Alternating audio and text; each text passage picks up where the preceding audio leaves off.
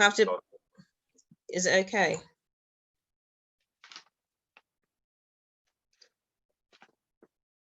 Tell us when you think we're ready, John, so we can go ahead.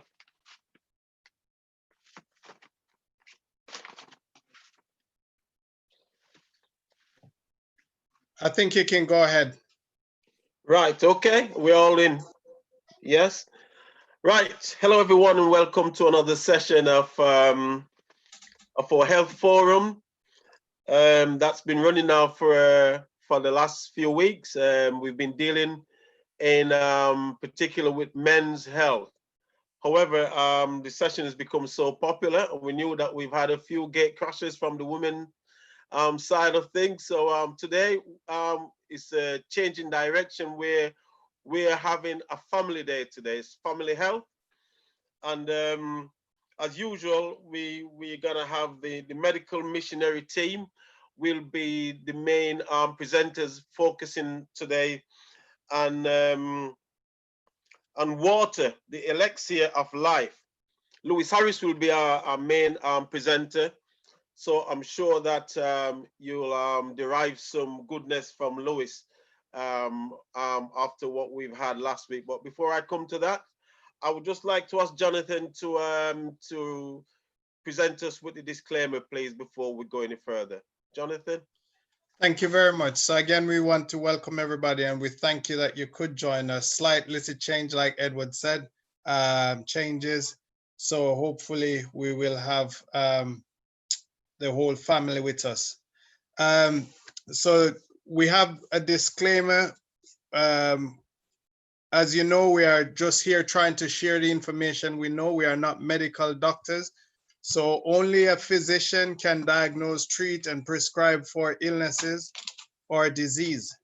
Any information disclosed or discussed at this Zoom chat show or for educational purposes only.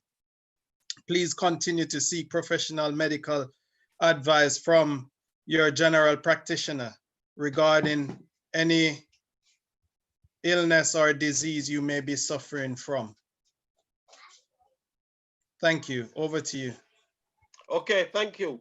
Yeah, for the last few weeks, we've been dealing with men's health. So more, all of the presenters other than our Dr. Komosi from South Africa have been male. However, this week, I would like to also welcome our also female presenters, because the health team is not only made up of men, but I understand it's also made up of various women. So I would like to welcome them openly into this forum today. And hopefully those of us who are at home with our families, you know, not only men, but wives, partners, and so on, we'll be able to join in as one today. And also the female missionaries, medical missionaries also have a vital input going on forward. If we are going to have anything specifically about men, then we'll let you know on this platform as we run the show from a weekly basis. So at this time, I would like you to sit back, and of course, you're going to enjoy another presentation from the team, and I'm sure that you will see the blessing and also the rewards that this brings. Last week we had a very interesting topic.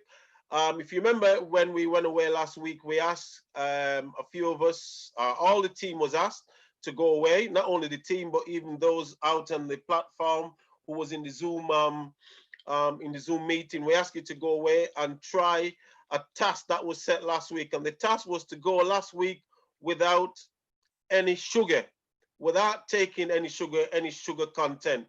I don't know how many of you was who are currently on the chat now who was in the chat last week, but if so, I'd just like to have just a pause for a few seconds to find out how we found the session last week and how we found the task.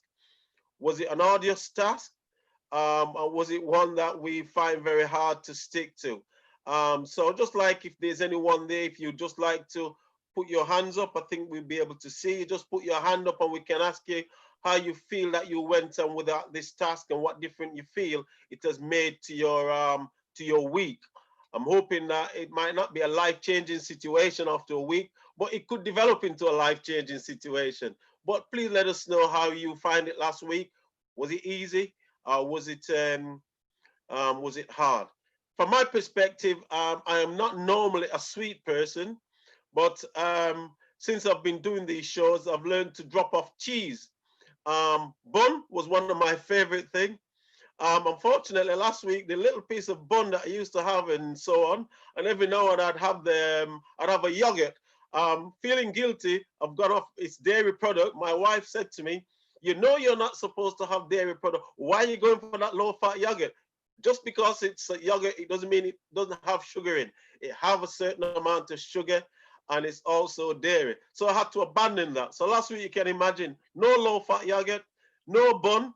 The cheese have been thrown out the window from a few weeks back. So you can tell I could have been pretty miserable last week, but unfortunately I was able to stick it out and I come through today feeling like a stallion because I was able to keep on the right side of the sugar limit. So I don't know if there's any of you else out there who would like to say how you coped last week. If you'd like to just let us know, just raise your hand and we'll get you on to say what were your biggest challenge last week in keeping away from the sugar.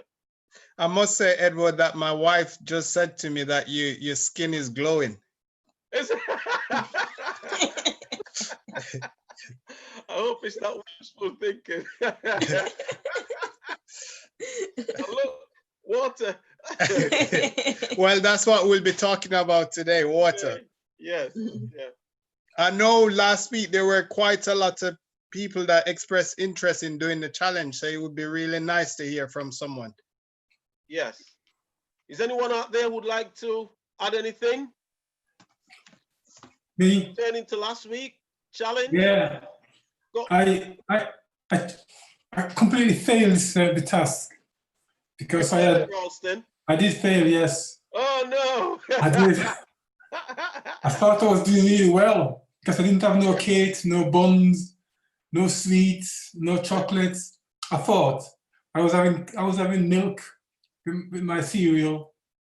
So I did fail in that respect, and without realizing it, when you said yogurt, I had some probiotic yogurt, them small ones, and yeah, I was having that every day last week. So completely missed the mark in not having cake, but having yogurt and even itemized cream even. So next time I'll try better. I'll do better. Well, don't worry. We have another one today. Hopefully this one you will be more successful at this one.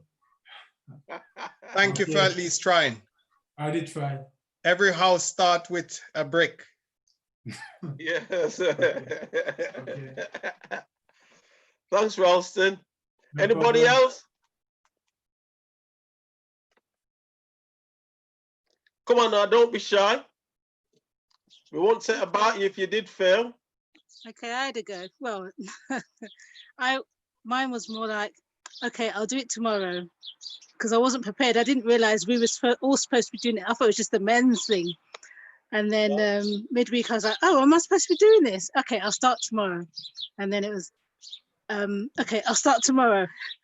And it's something that some of you might be surprised. Sharon, really, you? But yes, really me. I think I should have been more mentally prepared. But what I did do is I reduced the amount of sugar that I had. So if there was something that I could have without the sugar, I would have gone for that option. So I did it that way, but I didn't totally go cold, no sugar. But I'm looking forward to doing it another time, maybe next week. Oh, well done, Sharon. At least you was alert to it anyway. Yes, go on, Donny. Donny Williams, I can see your hand up. Okay, sir. Yes. I wasn't mentally prepared. It was just the wife decided that I have to do this week challenge. Can you get a bit closer to your screen, please, Donny? We can't hear you. Okay, is that better? Yeah, that's a lot better. Okay, yes. So I wasn't mentally prepared at all. The wife said to me, you know, we are doing a challenge. So I assumed it was next week. So what I did was I ate as much sweets and chocolate the Saturday midnight. Now I don't know if I broke the rule there, but so I started obviously after midnight. Is that wrong? Have I failed already? Carry on speaking. Carry on. Okay, so upstairs I have I received a parcel just a few days before of chocolate biscuits, sweets, and all them sort of things. And you know, this week I didn't even look in the box. Now I'm not saying that I could continue doing this, but a week, and I'm feeling okay. Oh, good. That's brilliant. Well done, Donovan. Brilliant. That's brilliant. So you didn't heed to the temptation then? Not at all, Pastor. Have Not at all. you still got those boxes of sweets and It's stuff? upstairs. It's upstairs. But I think now I'm just looking at the time, and may.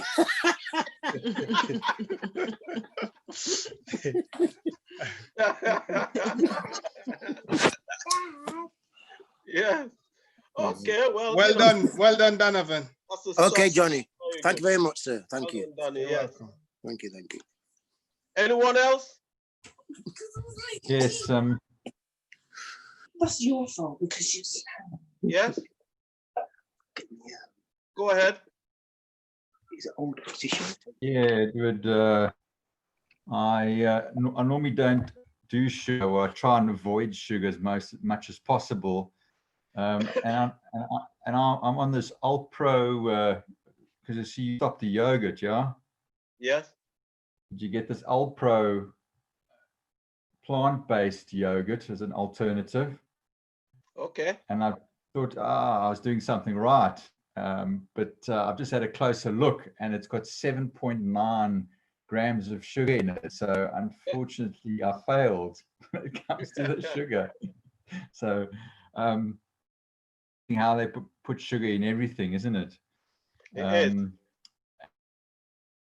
And it was very hot this last week, and I must admit I did succumb to a Sprite low sugar. It says no added sugar, but if you look, it's 0.9 grams of sugar. So I did succumb to that in the heat, unfortunately. The one. Yeah. But yeah, this is a good alternative if you want to get off dairy. The Alpro. Yeah. It's a start. It's a start. Yeah. Well, that's good.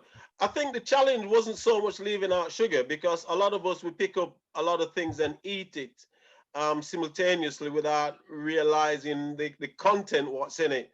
So one thing that it did, the discipline that was instilled in every one of us, or in most of us, is to read the package of what we're eating to see That's what right.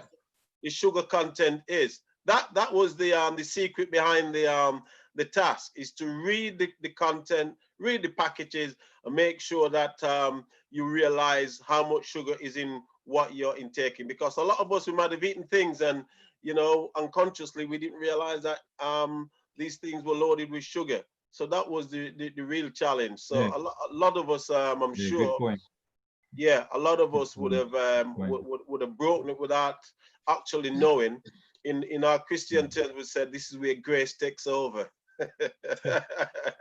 We don't sin willfully, you know, but sometimes unknowingly we cross over the line, and this is where God uses His grace to help us through. Right? Anybody else? I see someone asked a question about what about the content of sugar in natural fruit? Right. Content of sugar in natural fruit. Can I ask one of you guys to take that up?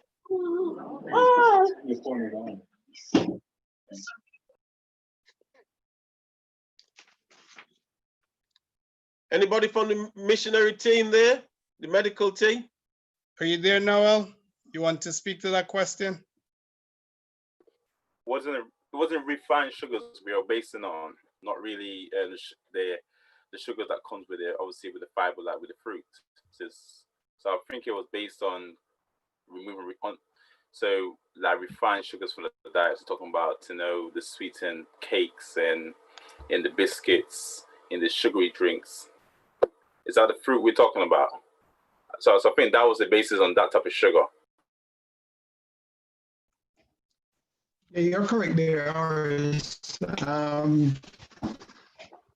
The fruit in sugar is completely different from the refined sugars that we are making, that we have the challenge that we've issued. So it's a completely different thing that we're here talking about. Sugar in fruit, it has its place. And when a person is very ill, extremely ill, we always recommend that they avoid even fruits that are very, very sweet, and stick to things like Granny Smith apple, and as a fruit like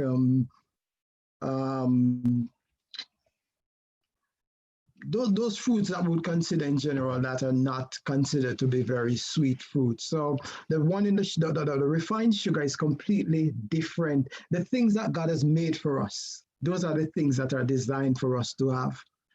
But in the same breath, we need to have those in very in moderation, not excessively. Okay. Right. Point taken. Anyone else? Anybody else with a point, with another point that you'd like to make on last week's challenge?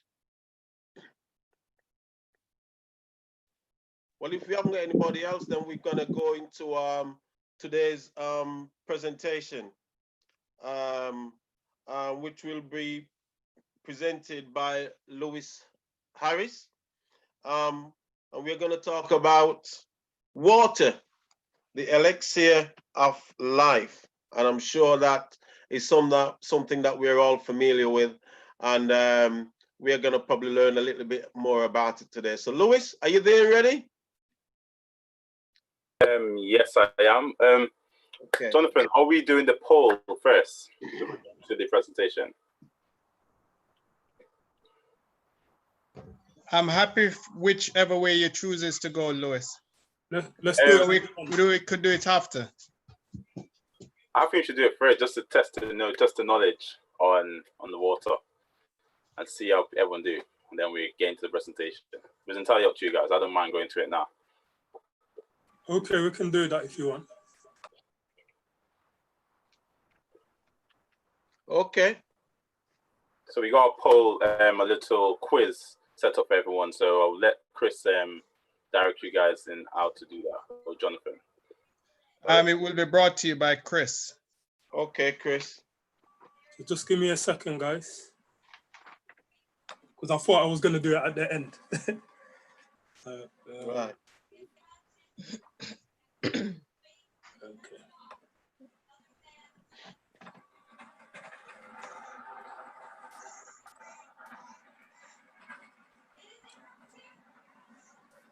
Okay, you ready? So I'm going to be launching it. You should see it on your screen. Just tell me if you can see it on your screen. Yes. See? Yes. All right, go ahead, everybody, answer the questions, and then I shall send you the results. We'll give you about 2 minutes. Okay. So the first question is, how many glasses of water is needed per day? Is it 1 to 2 glasses, 3 to 5 glasses, 6 to 8 glasses, or 9+ glasses?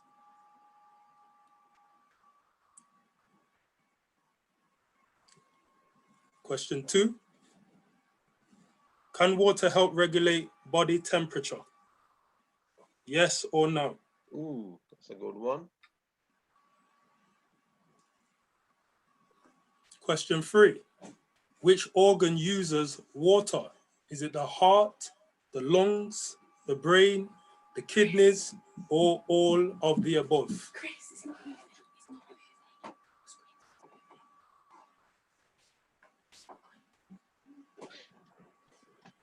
And number 4, how do you lose water? This is a multiple choice again. Is it breathing, sitting, eating, or sweating?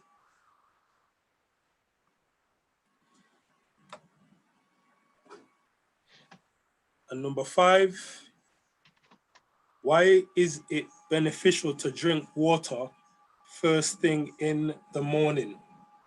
Is it to clean your insides? Is it to rehydrate your body? Or is it to make your breath smell nice?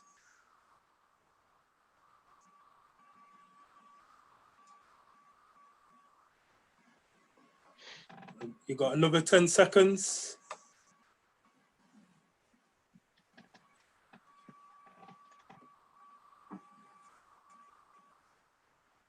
All right, guys. Yes. We're going to see the results. Still coming in. Right, I'm going to share the results. Can you see that on your screen? Does everyone see the results? Yes, we can. No, So can't. 86% of you said 6 to 8 glasses, which is correct. 14% says 9+ glasses. But to be honest with you, it varies and it's based on your body mass. So of course, not everybody's got the same percentage of water in the body. And you've got to consider the weather and the temperature as well, and your environment. So if it's hotter and you're sweating more and you're perspiring, you're losing more water, then you need to replenish more so that you may go over the 6 to 8 glasses and drink 9 or 10 glasses. And then question 2, everybody got the answer right? 100%? Yes. Can water help regulate body temperature? Absolutely. And then question 3, which organ uses water? And 5% said kidneys, which is true, but remember, the last answer was all the above. And so 95% of you got that correct. Excellent. Well done. And question 4, how do you lose water? Multiple choice. Is it by breathing, eating, sitting, or sweating? 32% said breathing, 9% said eating, and We do lose water by breathing. 100%. There's multiple. I'm not quite sure why it says 100% there. It says sweating, but you normally lose water through perspiration, through sweating. Yeah. And question 5, why is it beneficial to drink water first thing in the morning? 14% said to clean your insides, and 86% says rehydrate the body, and that's correct. Yeah, it rehydrates the body, gets the blood flowing, and regulates the temperature in the body. So well done, guys. We may do another one at the end. Yeah, we may do another one at the end, so we'll see. But I will take this off the screen for now, and then we'll pass back over to you, Brother Lewis.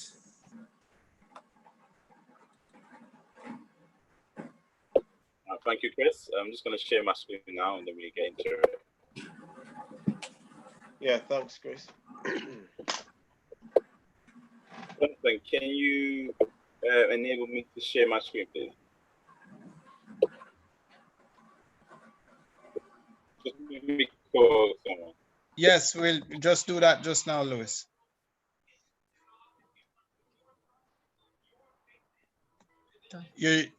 It's done. You should be able to.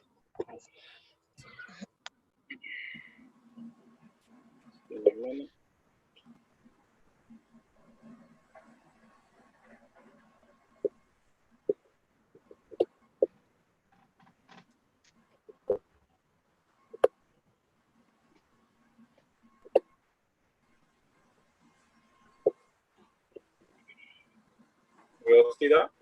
Yes. Wonderful. I'm just gonna. Can you still see that? Yes, we can. Yes. Wonderful. All right. So today, guys, we're going to talk about water, the elixir of life. It's a very interesting topic, and I see by the poll that most of us have a general understanding of water.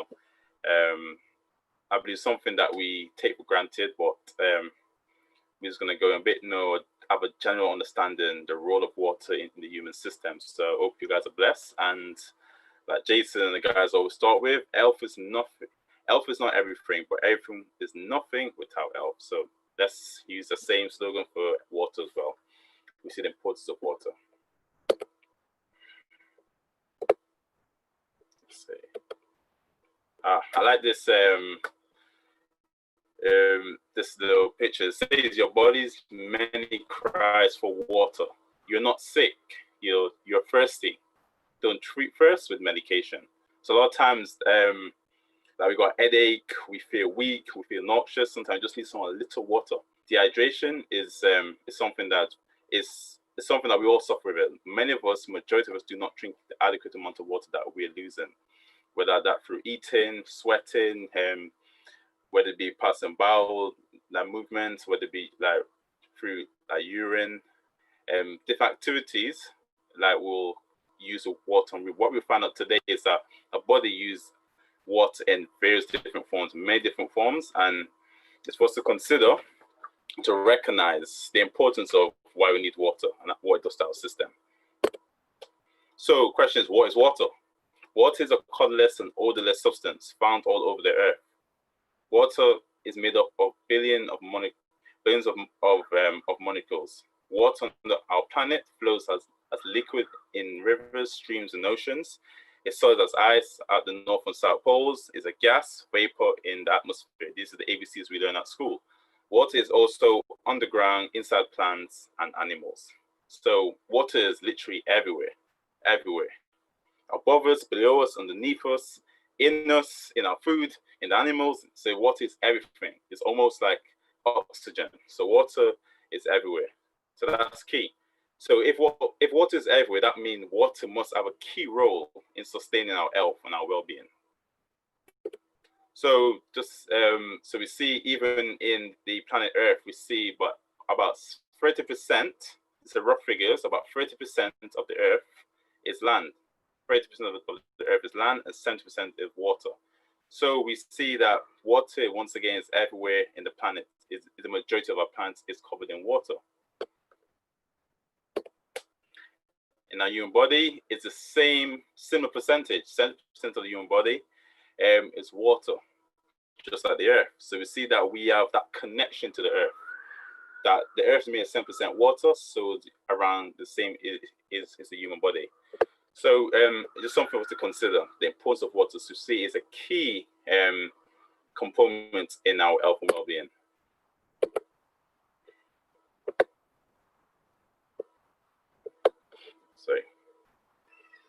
So this is some rough figures as well.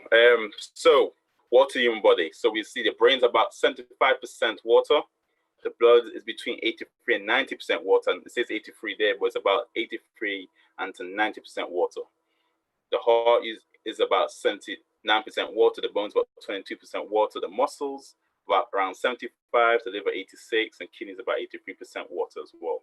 So the water is in, like you see in majority every part of our body. It's important. It plays an important role in our cellular system. It's an important role in keeping things flowing, especially inside the blood. We know water, with majority of the blood is made of water, and that carries the nutrients, removes the waste, and that helps the body to carry the white blood cells around the body as well, which help with our defense mechanism. So the three essentials, I call it the three essentials: oxygen, water, and food. These are the three essentials. Without these three, there's no life. And they go in the same order. Oxygen is the most essential element we need to survive. Oxygen. As the Bible says, God breathed into man the breath of life, and man became a living soul. So we see that oxygen is key, and we know if I remove oxygen from you, give you minutes to seconds, and you're gone. So we see life stops in a few minutes without oxygen, in a few days without water, and a few weeks without food. So we see that besides water, the most important element is oxygen. Then food comes at last. So we need water. We cannot survive very long without water. And that's why dehydration is such a dangerous thing. Yes, brilliant, sister. I like that water. Yeah, so we have to keep our water all the time. And it's good that we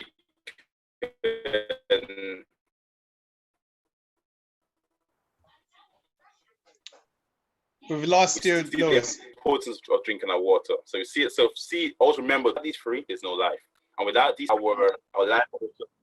Sorry. Can you all hear me? We can hear you now. Carry on. But Okay, yeah, my internet went a bit dodgy. Sorry about that. Yeah, so saying, so without these three, there's no three. Also, disease will start to spread in the body. Disease will also grow in the body. So it's important that these elements are looked after carefully. See these as your three babies. So the Proverbs 20 verse 5 say, counseling the heart is like deep water, but a man of understanding will draw it out. So today, guys, I want to draw it out. I want to draw out the understanding of water. How can we be benefited by water? What is water? What is its role? What's its purpose? How can it benefit us? So let's draw the understanding.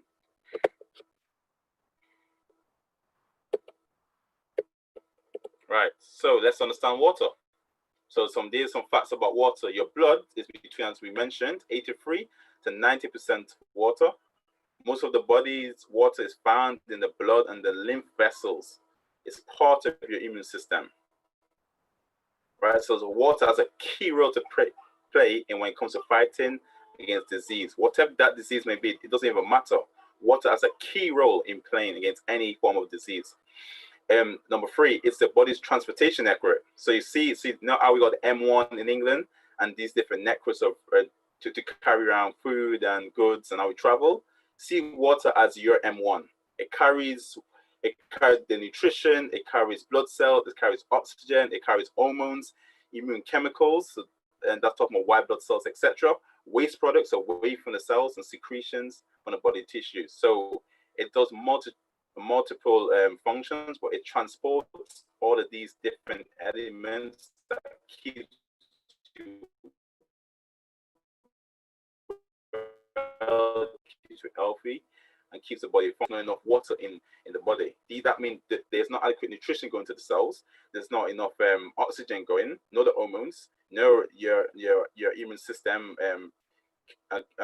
chemicals, and the waste products as well are not getting removed from the cells as it should be. So that's why dehydration and other water-related issues is so important to consider when it comes to health and well-being. So we see it regulates the body temperature as well, which we see in regular body temperature. When it's hot, your body will start to sweat to cool off the organs. Obviously, when it's cold, it does the opposite. So the water is in saliva, which is the beginning of the digestion process. So you need water to start the digestion process. So it's a key play in digestion. So water is there to keep the digestion process flowing. So that's the kickstart the digestion process. Number 6, it forms part of the joint cartilage, stopping bone from rubbing on each other. So that's part of the cartilage. It forms that nice spongy layer between the bones. So your bones are rub against each other. So people who got obviously different type of arthritis and different issues of bones, they know the pain of the joints, the achy joints. So inadequate water can even lead to that. So we have to be careful that we make sure that we assist ourselves with water. Right. Let's see.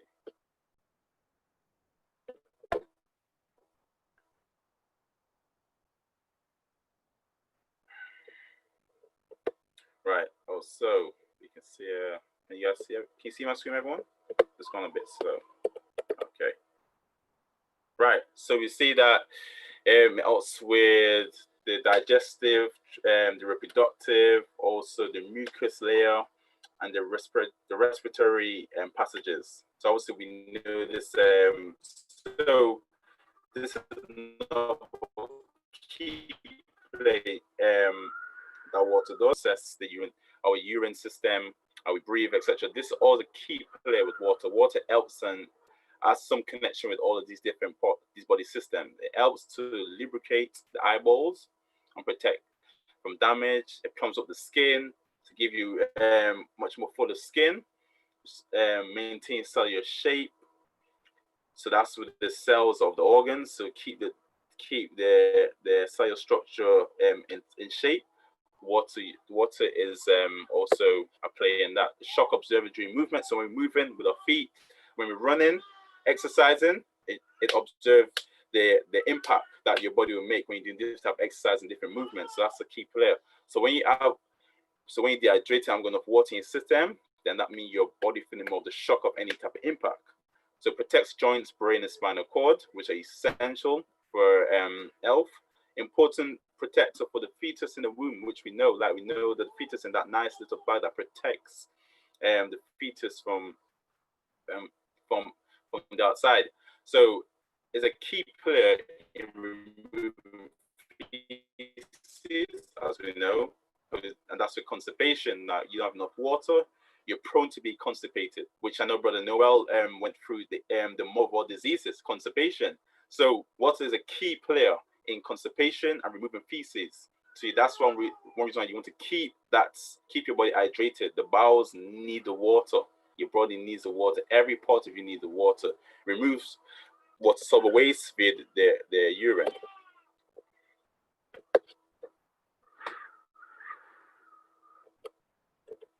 Right. How is water regulated in the body? And this is just to get slightly technical. So water, as it regulated, it's a hormone made by the hypothalamus in the brain. So this hormone is called ADH, antidiuretic hormone, or vasopressin. So this there's a quick explanation. It's a hormone made by the hypothalamus in the brain and stored in the pituitary gland. I think someone's mic is on. I'm not sure whose mic is on. It tells your kidneys how much water to conserve. So this hormone is a key player. So made in your brain. The hormone that helps to regulate water is actually made in the brain.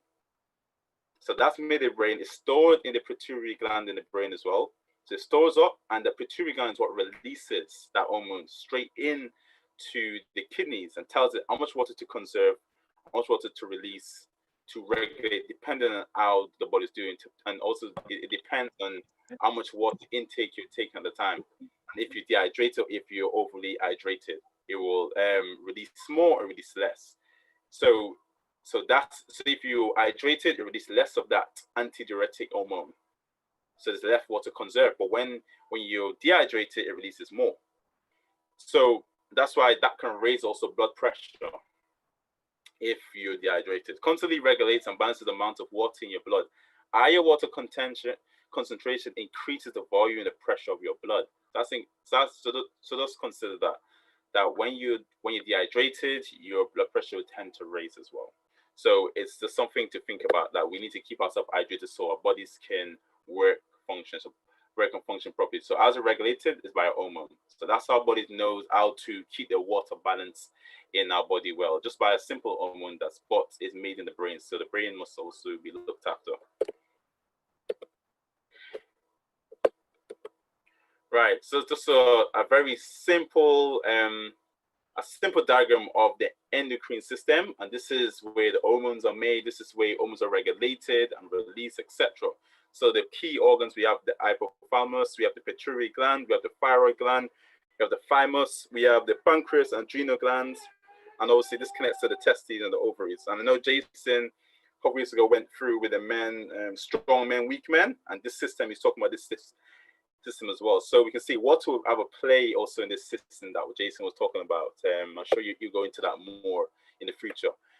But yes, so we see, if everyone can see my mouse, you can see that little orange gland up there, the hypothalamus in the brain, that part of the brain, right? It's almost like in the middle of the brain. It's almost like it's trying to protect this is a very delicate organ that the brain's trying to protect. So it's funny, it's almost like in the middle of the brain. The pituitary gland is not far from it as well. And that get released all the way down into the kidneys. So if anything blocks getting to the kidneys, then you also have problems with water retention or water release. So that will have an impact upon the entire body. So that's important to consider that. So we must keep the hypothalamus, our pituitary gland, even the kidneys, because if the kidneys are damaged, they can't receive this hormone as they would like to receive it.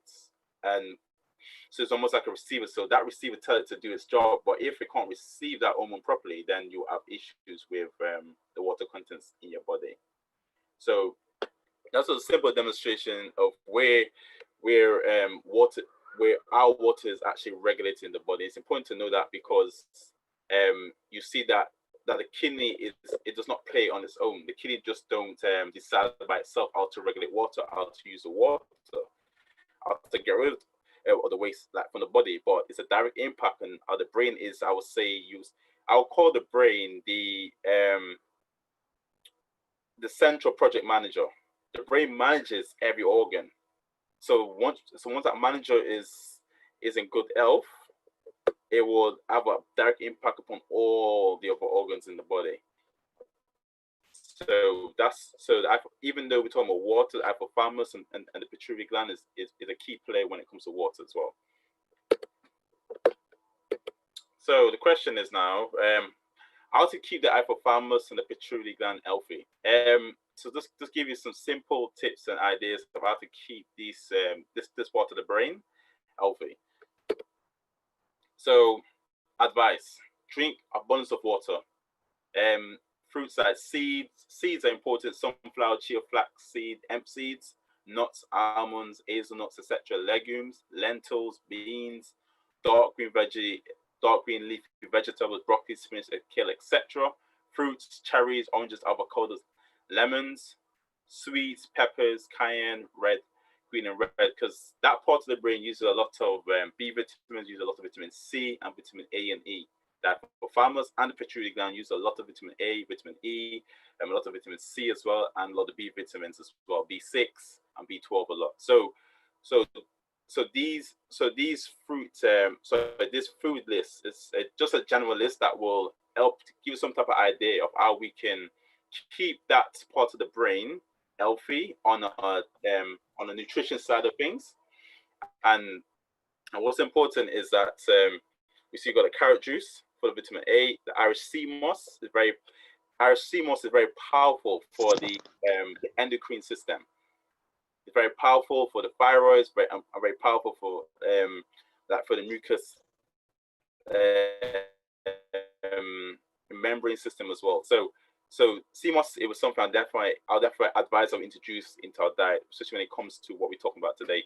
Sweet potatoes, nutritional yeast, because got that a lot of time it comes with that B12, which is what the hypothalamus and the pituitary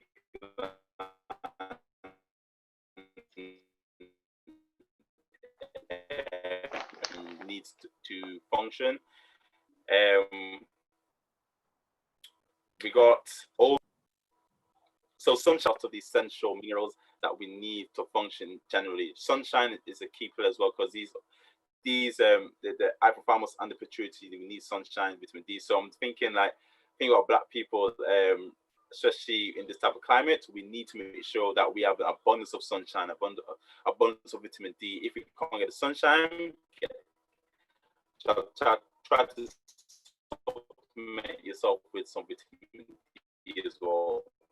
And that'll be very important, a key player of keeping yourself with different systems in the body. So this is a general list of what can help to keep on a nutritional level, what to keep that part of the brain healthy and intact.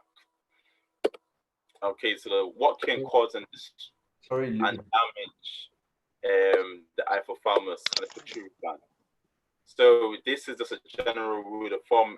It's just a list of things that can cause damage to this part of cause malnutrition be part of it. Sorry, Brother Lewis, what part of the brain was that again for that list? If you just go. Oh, sorry, that's the hypothalamus and the pituitary gland.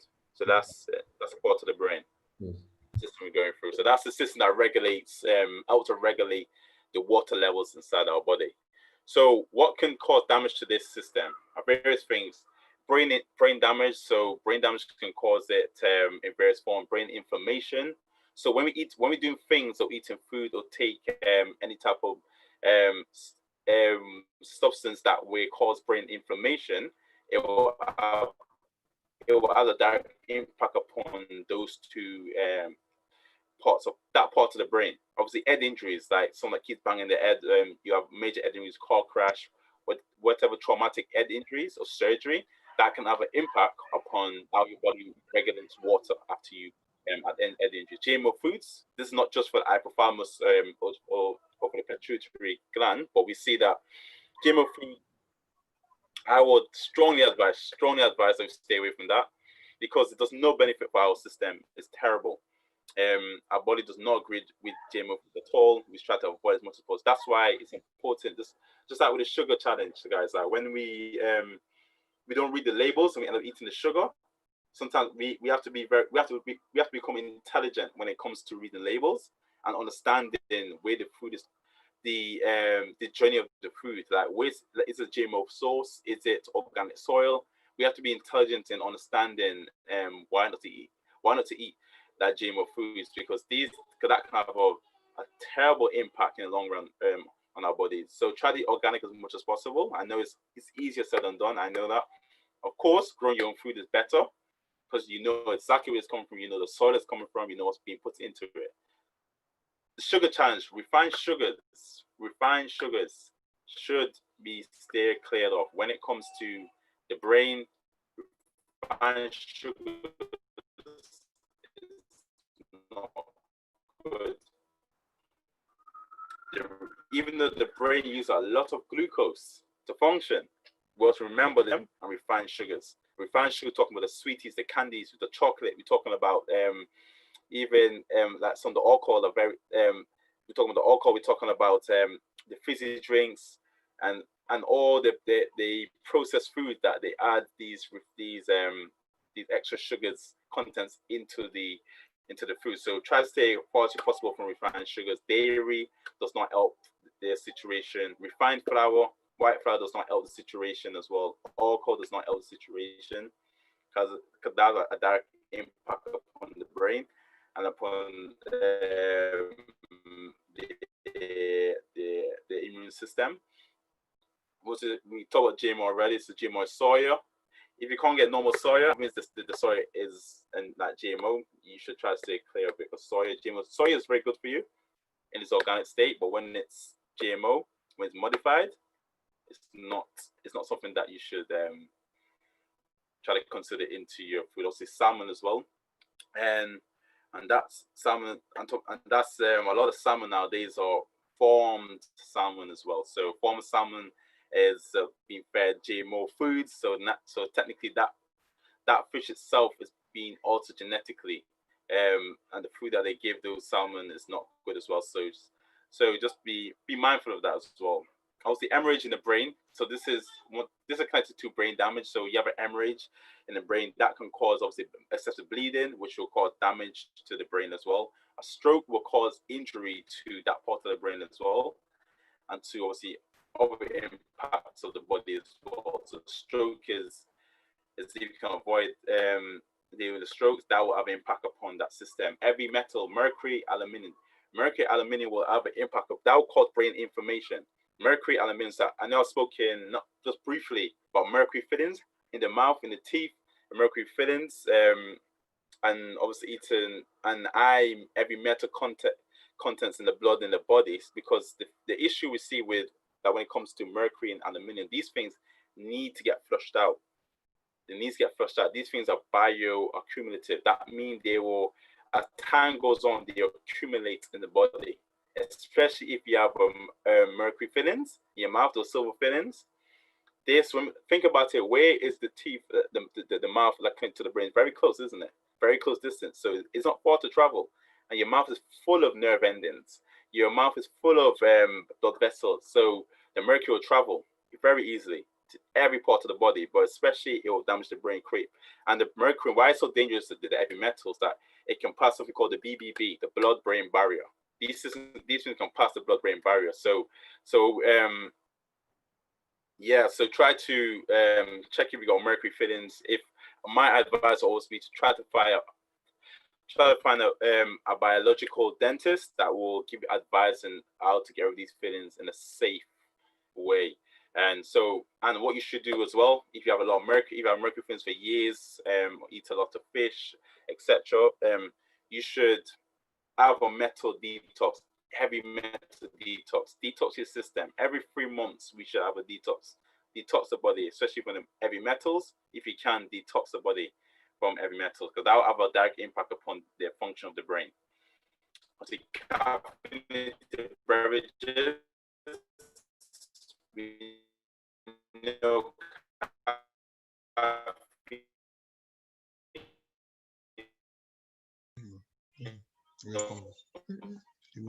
stimulates the brain.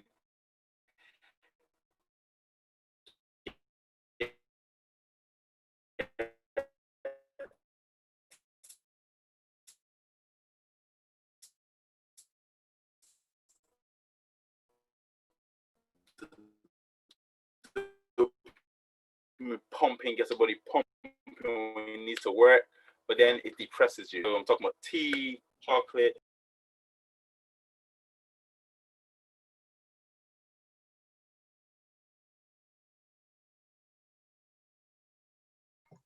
I don't know what happened there. It seems like we lost Lewis.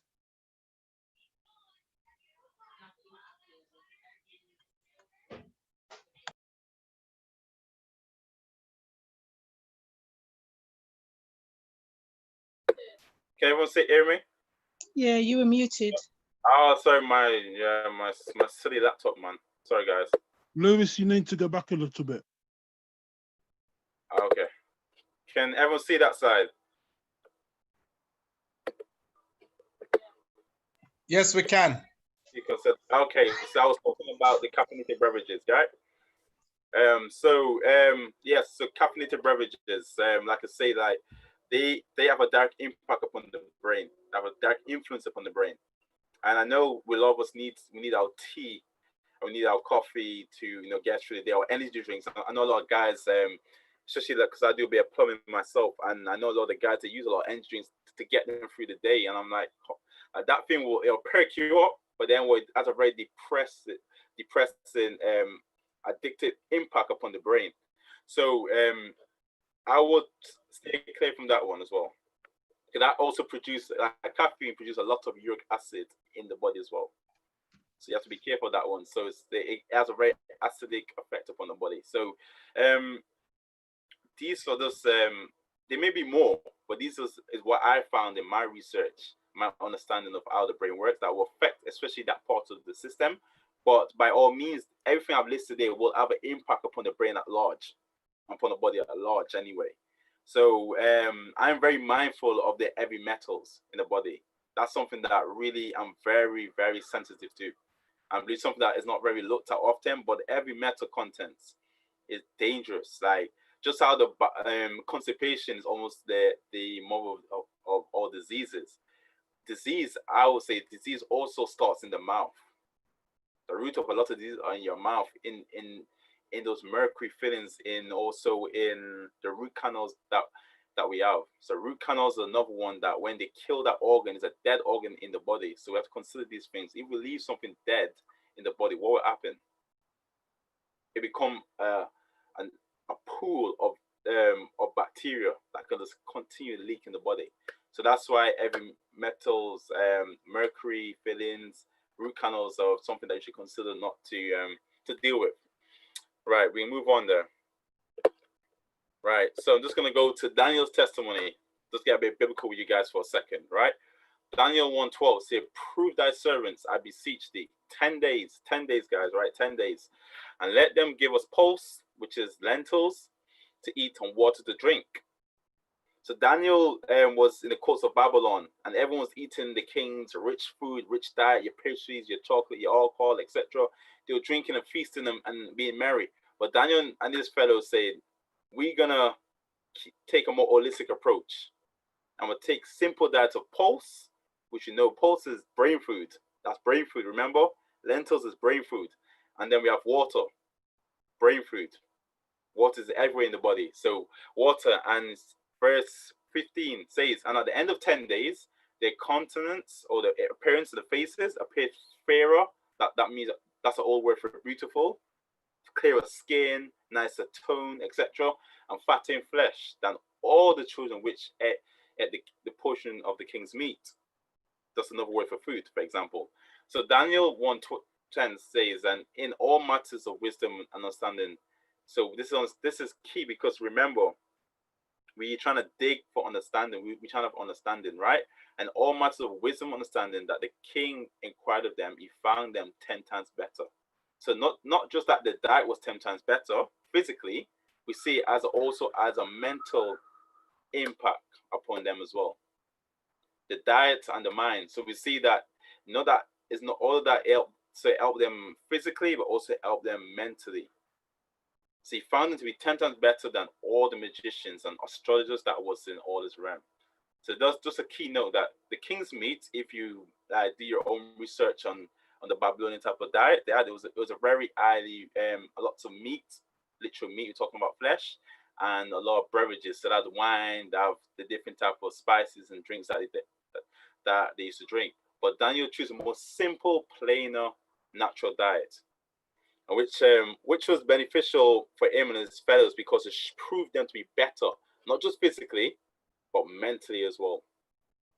So it's something to consider. So as we promoting a more simple diet, and these things will have a bang on impact upon our mental health, our spiritual health, and our physical health. So just a book called Counsels in Diet and Health, just so it speaks of water. In health and in sickness, pure water is one of heaven's choicest blessings. In proper use, promotes health. It is the beverage which God provided to quench the thirst of animals and man. Drunk freely, it helps to supply the necessities of the system and assist nature to resist disease. Now, guys, think about it carefully. We just seen the figures. We see how important water is. We see the impact that water can have upon the system. We see how important, how abundant that water is in the earth, is in animals, in the plant life, and every part of wherever we can rest our eyes, we can see the result of water. Water is everywhere, and we see why it will be the choicest beverage to drink. So my counsel to you guys is that make water your number one. Make water your number one. I know naturally with the water don't taste good. It's I haven't really got a taste to it, but trust me, what it does to your system is amazing.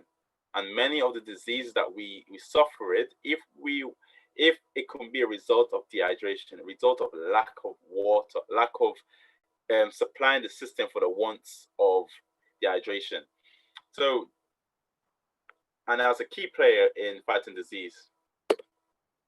So signs of dehydration and water imbalance. So I combined the two. So the signs of dehydration and water imbalances. These are just these are one of the main signs we can tell whether we're imbalanced or we are dehydrated. The most obvious first: headache, sleepiness, fatigue, dizziness, infrequent urination, darker colored urine, dry lips, dry mouth, dry eyes, loss of appetite, nausea, heat intolerance. As you're hot, you can't handle the heat because your body is just suffering. It's not enough water in the system. Constipation, we know that one. And we also have urinary tract infections, and a lot of women suffer with that one. There's a lot of men, so it could be because they're dehydrated. Kidney stones, and that's another one. When you are not hydrated, when you're dehydrated for a long period of time, you potentially can help with kidney stones, because the body cannot really get rid of all the waste materials that the kidneys trying to filter through and take out. So obviously kidney stones can be one side of it can be obviously like dehydration, impaired thinking ability, mental confusion. We see in the case of Daniel and the Hebrew boys that mentally they were much more sharper, much more intact when it comes to wisdom and understanding, not just physically. So mental confusion just by being by having an imbalance of water in your body, dry nasal membrane, burning sensation in the stomach, reduced skin elasticity. We know that as well. Like a lot of times, like our skin is looking terrible, not looking good. It's a bit brittle because we need water. We need to hydrate our body. Fever, you cannot even, and this is more extreme levels now. Fever can happen by lack of water. Vomiting, dry tongue, strong smelling urine, rapid weight loss, shriveled up skin, once again, bad skin, blood pressure and heart rate increase because of dehydration. The body's trying to retain, not trying to lose more water. I need water. We need water to function. The heart, remember, it's got a high percentage of water, so the heart needs water. Obviously the blood pressure increases because that ADHD is telling the body is releasing more. The pituitary gland is releasing more into to the kidneys, which tells the kidneys keep the water intact. Do not really release the water. We can't afford to lose any more water. We can't afford it. So we let's not be so tight in our body. So what he's saying, come on, man, we need more water. But all of us are being tight. We're not trying to give our body more water. And it even can influence the behavior, aggressive behavior, loss of balance, cold limbs, and muscle cramps and spasms. So these are some key signs. So if you suffer with any of these, potentially you can be dehydrated. Potentially you can have an imbalance of water in the system. So something to consider.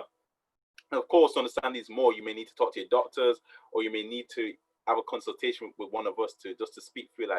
I suffer with rapid weight loss. I'm losing weight all the time. Why can't I gain weight? Or I feel aggressive all the time. I got anger issues. Because your body's dehydrated. Your body is under pressure. The blood pressure is has perked up.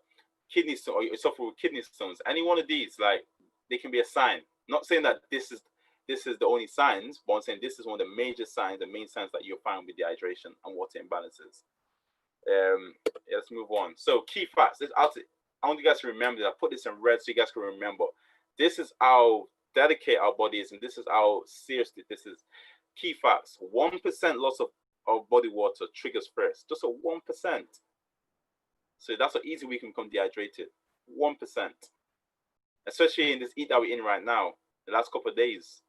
We need to make sure that we have an abundance of water. I know you can also intoxicate yourself with too much water, but majority of the times that never happens. So most of the times we suffer with dehydration, not the other way around, not over rehydration. So 1% body water triggers first.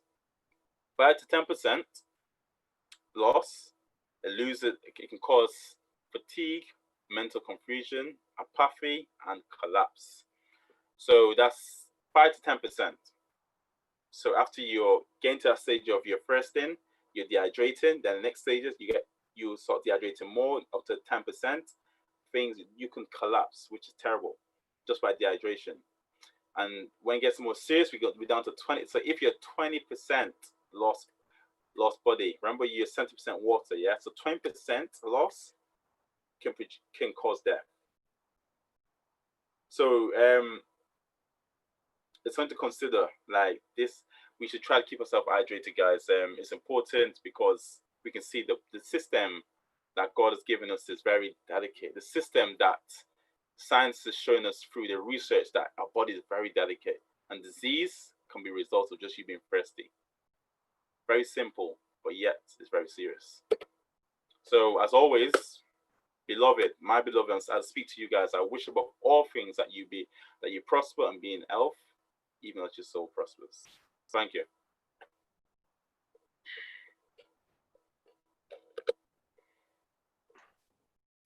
Thanks very much, Louis.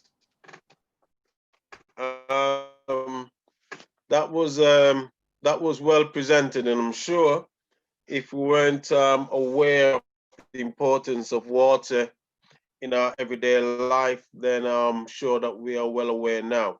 So thank you very much for that very well enabled presentation. At this time, we normally ask anyone if they've got any questions. Are we going to do the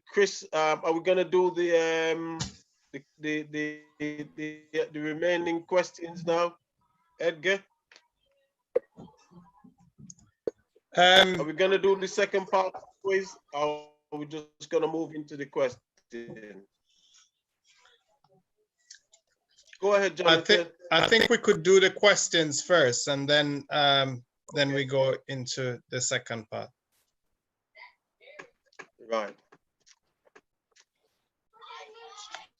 for those of you who are coming, there's two medium that we use for the question. You can either hold your hand up where you are on your platform, or you can go in the chat room and you can place your questions in the chat room, and we'll try to facilitate you through this process. So whichever one you'd like to use, either the chat room or by raising your hand, then we'll be able to do so. Just before we get into it, can I just ask you, Lewis, to stop screen sharing? Okay. Yeah. No, yeah. And as we are preparing to go into the question, I know a lot of people join us after, but we are just wondering if there's anybody who would join us late that took up the sugar challenge last week and may want to just share their experience before we get into the questions.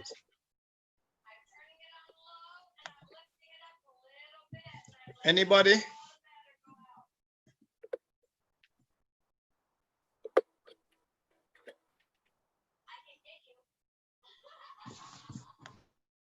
a hard challenge, John.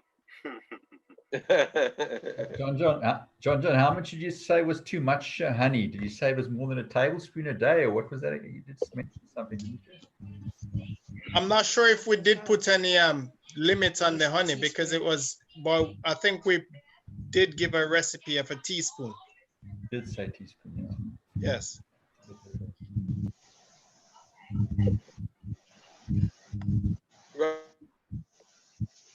Right. I think we should move into the questions, Edward. Yeah, okay. Any question, please? I've got this one that came onto the chat line earlier on, Jonathan. It says, can one drink too much water? And what could be the effect of over drinking too much water?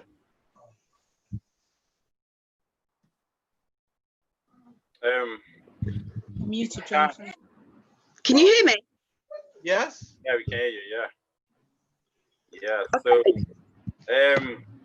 water. You can actually intoxicate yourself with water. Surprisingly, but that's only happen if you drink loads of water in a short period of space of time. So it's not like it can be like a long term, like in a long period of drinking loads of water, but in a short space of time, you can actually intoxicate yourself. As it can cause damage, issues with your circulation, with the brain and heart, and they're the ones that will affect mainly in the brain and the heart. So I've never heard or came across myself personally someone that has caused any like brain inflammation or any damage to the brain in that way. So it's a niche issue. It's something I won't worry about personally, unless you're drinking 4 or 5 liters within 5 minutes. Then it'll be a problem. They've even said to sort of boil water was not good. To boil water is not good. You know, to get the water, boil it and drink it. They were saying that wasn't even sufficient. Okay. When it comes to water, like tap water, I'll never drink tap water. I try to avoid that because, like I say, they put a lot of they try to clean the water with chlorine and all sorts. So, and there's different things they put in the water that I don't trust. Our tap water. The only way you drink tap water if again your water's like fresh from the spring or something like that. So when it comes to water, like I say, like even though they say like I would say boil it and put it through a filter, and that way you have a better chance of having better form of water. So that's how I advise you do that. Like so you get your water, whether you bottle in the water, or whether you're using tap water, you there's some very powerful filters. There's those filters, I can't remember the name of them. I'll have to get the name later on. But the filters that there's some power filters that people use in camping.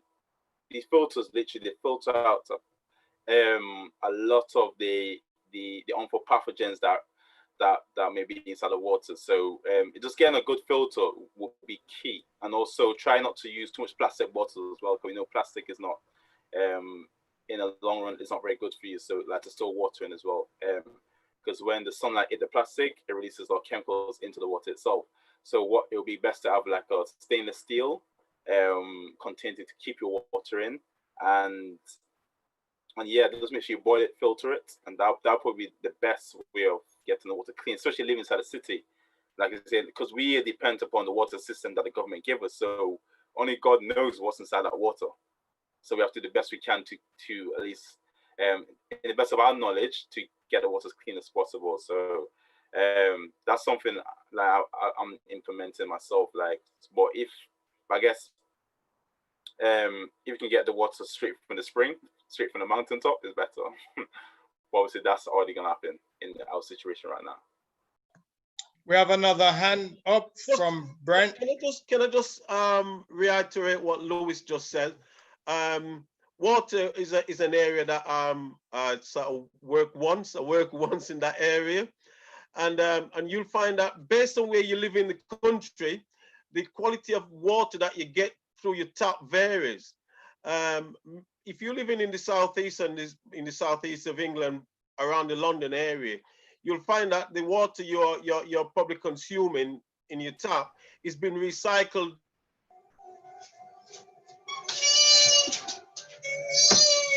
about 20 or 30 times. You've got a system, whether it's through your natural fluid wastage or whatever shape you want to put it back in the system. And obviously it needs a lot more treatment to bring it back to make it more habitable or more palatable for you to drink and use in your everyday use.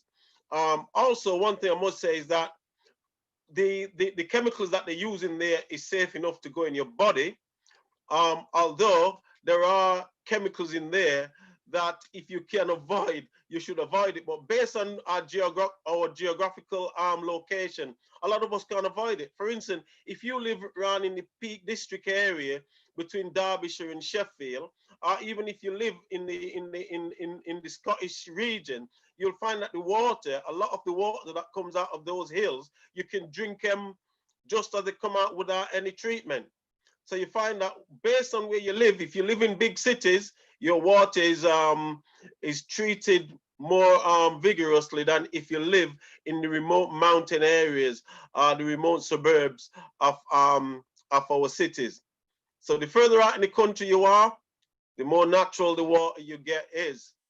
The more you live in the bigger city, if you was to know how that water has to be treated before it come back through your tap, it might make you think twice again. You probably move out to the Peak District or move into Scotland.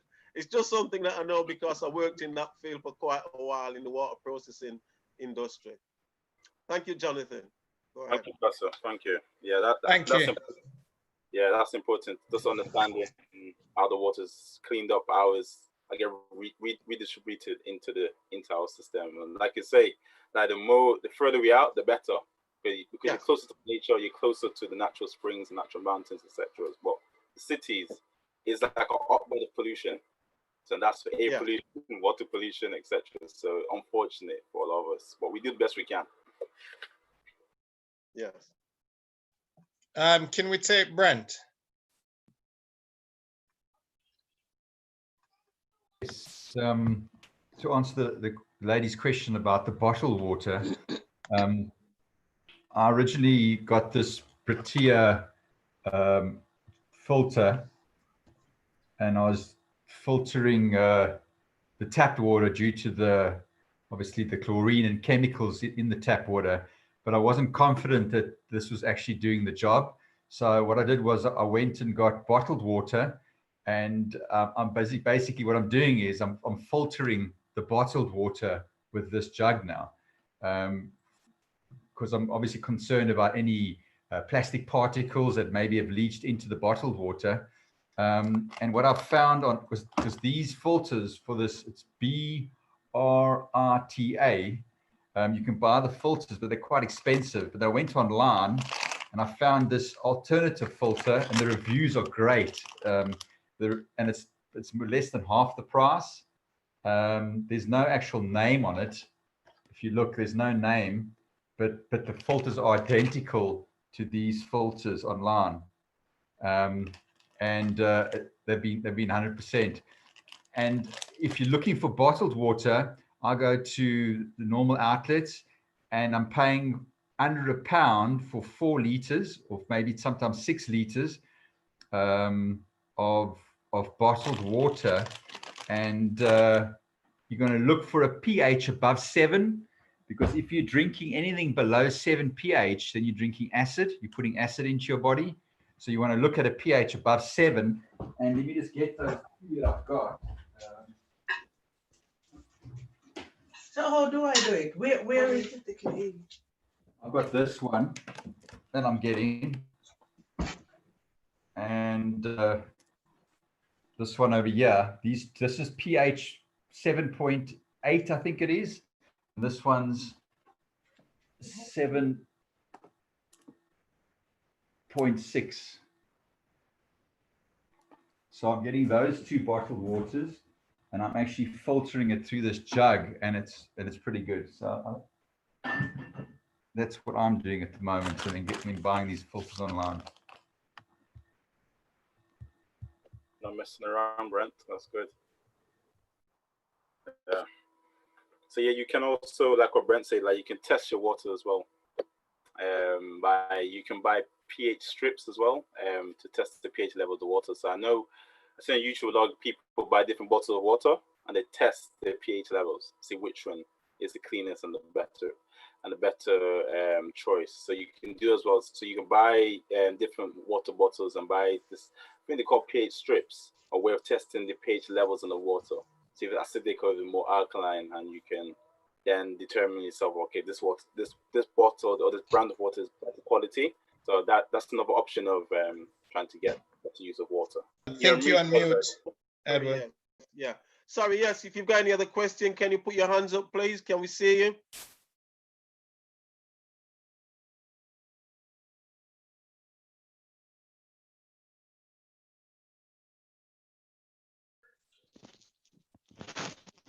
Someone put on here that tap water has chemicals and some very dangerous to life.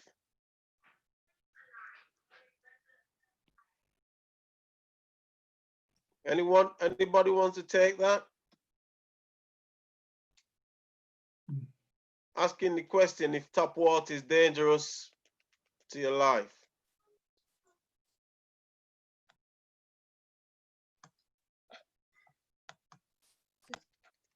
Anyone? I do know it. Tap water has a lot of chemical, as what everybody else is saying, and I know there's a lot of chlorine in the water, and based on my understanding, it's not very good for your body. Right. But also, I know we have Louise online as well, and other people on the panel, if they would like to add anything to it. Even holistic.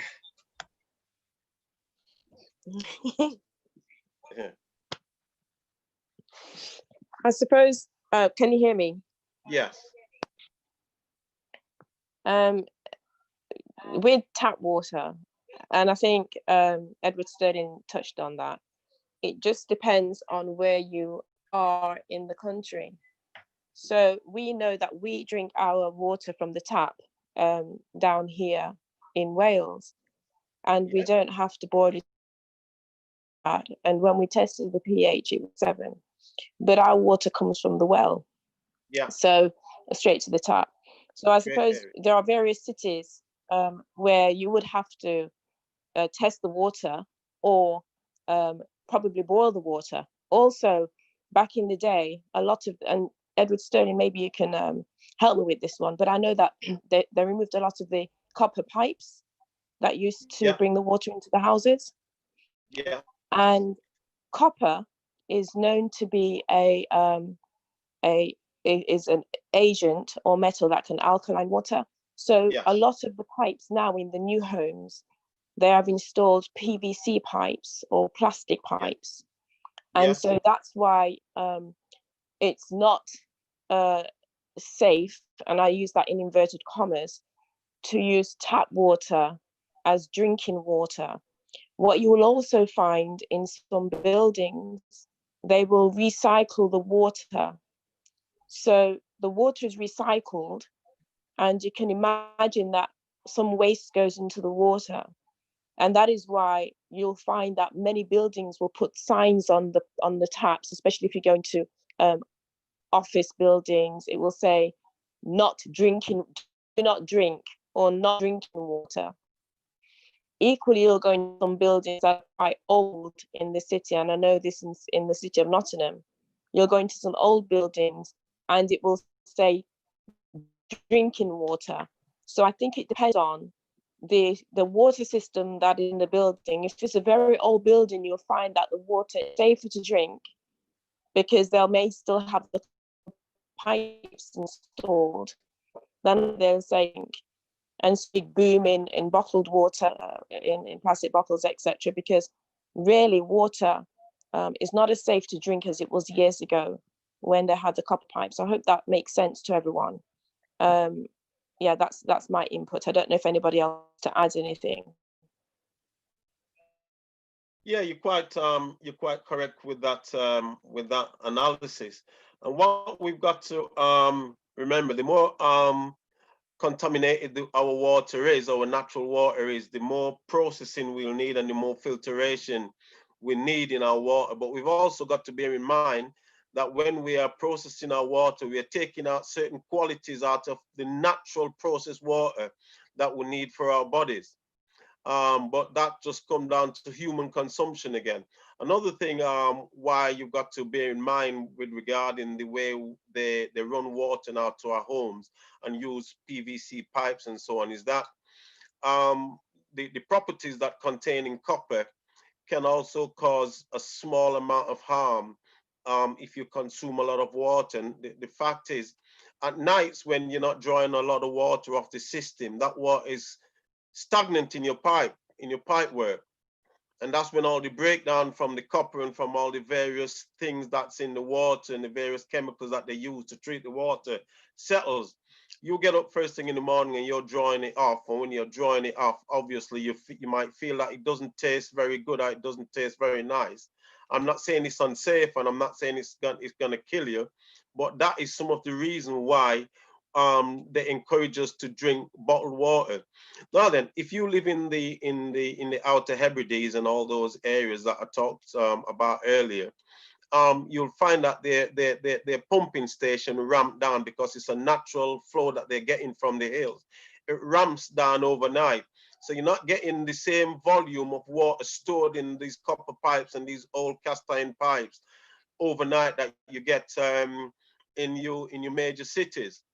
You know, you're getting literally fresh water pumping through your system more regular than you would do in a big inner city ring where that water just sits there, you know, being processed 20 or 30 times over just to make it palatable for drinking. In Scotland, where they have it, in London, for instance, they'll say that your water will process about 40 times over. In Scotland, it's once every third time, you know? So you stand the chance of getting pure fresh water for the majority of the time out of your taps. Does that make sense? Yes, it does. Thank you very much. Is there any other question? Hi, everyone. Can I speak? Yeah. Go ahead. It's not a question, it's more of a comment. But thank you everyone for your presentations and your answers to the questions. They've all been good. And even the questions as well, because sometimes people ask things that other people have been thinking, but have been not sure whether or not to ask. Anyway, going back to the water, great presentation about drinking water, but I also think that we could do well to mention other things we can do with water, such as using it for treatments, like if you've got a headache, things you can do like putting your feet in water, showers, cold showers, excellent, and even the contrast showers, if anybody else wants to talk a bit more about the contrast showers, if you've got a cold, having hot and cold showers. And there was one other thing I was going to say, can't remember, it's gone from me now, but I don't know if anyone else is interested in that one. Someone's thirsty now. Okay, Brent. Sharon, yes. So you talk about like hydrotherapy, how we can use water to deal with elements of disease. I didn't go into that because that's another topic in itself when it comes to hydrotherapy. But like what Sharon said, like some nice warm water helps to congestion of blood in the head or wherever part of the body, but especially with the liquids inside the blood, obviously. But so when you put your feet, because how your feet are, like it will, what happens that it will draw the blood away from that area. So putting your feet, even adding some mustard to that water as well, will help that drawing effect to relieve the headache. And we talk, and you can use hydrotherapy, like with that guy that a couple weeks ago, Kavane, we did water therapy on him when he had issue with his liver on his portal vein. We did a lot of fermentation on his liver. So that's literally like we got piece of material, like a cloth, and we use that in very hot water and just steam that and get that material soaked in that water. And we use that, apply that. So obviously, as it cools a little, apply that to the liver. That helped to stimulate his liver. So we did hydrotherapy is powerful because, like I say, you can use water in many ways. We just talk water in the body, but like water externally and in different ways is powerful. Like even if someone's constipated, you drink 1 liter about within 2 to 3 minutes. So about 2 to 5 minutes. Like as soon as you wake up, literally you'll be going within that hour.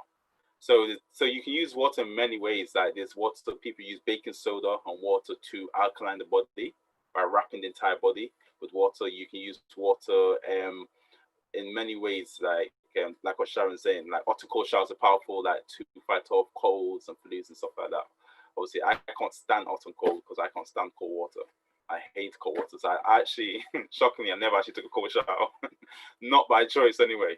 But I understand that it has a powerful impact upon the blood, upon the lymph nodes, upon the immune system to fight off disease and illnesses. So water therapy is powerful. It's something that maybe we can talk about that another time, but it's powerful. And thanks for mentioning that, Sharon. So yeah, so water's not just something you can drink, but it's also, like I say, it's one of the choicest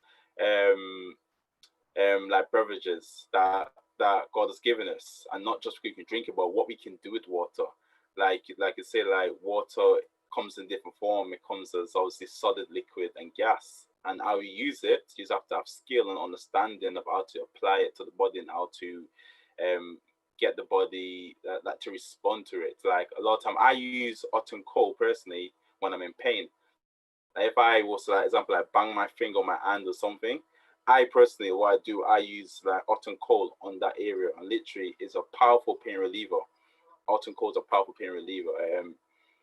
So I've used it in many ways. I've used it on my mom, I use it on my wife, I use it on many people. So hydrotherapy is powerful, hot and cold is powerful. So like it's a way of how the body responds to water has tremendous healing effects upon the body. So there's just some examples of how you can use water to benefit you when it comes to fighting off disease and illnesses. So here's a question for you, Pastor Sterling. You mentioned water in Scotland is recycled once every third time. What does that mean?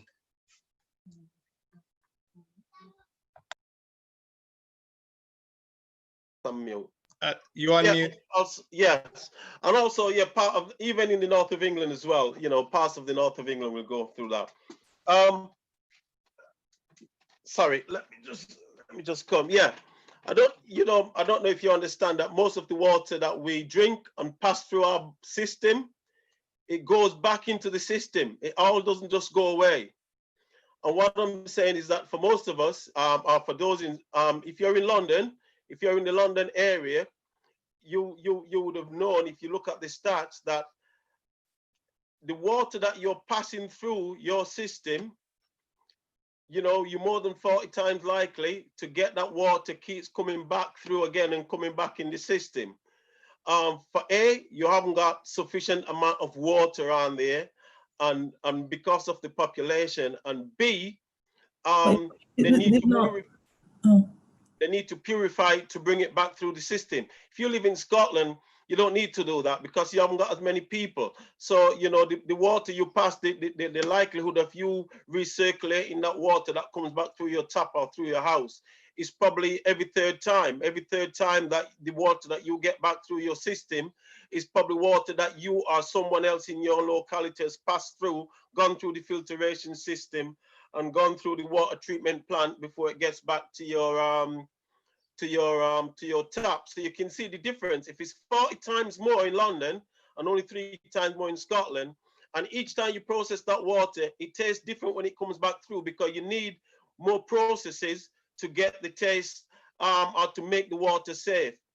The more you process the water, the less tasteful and the less inhabited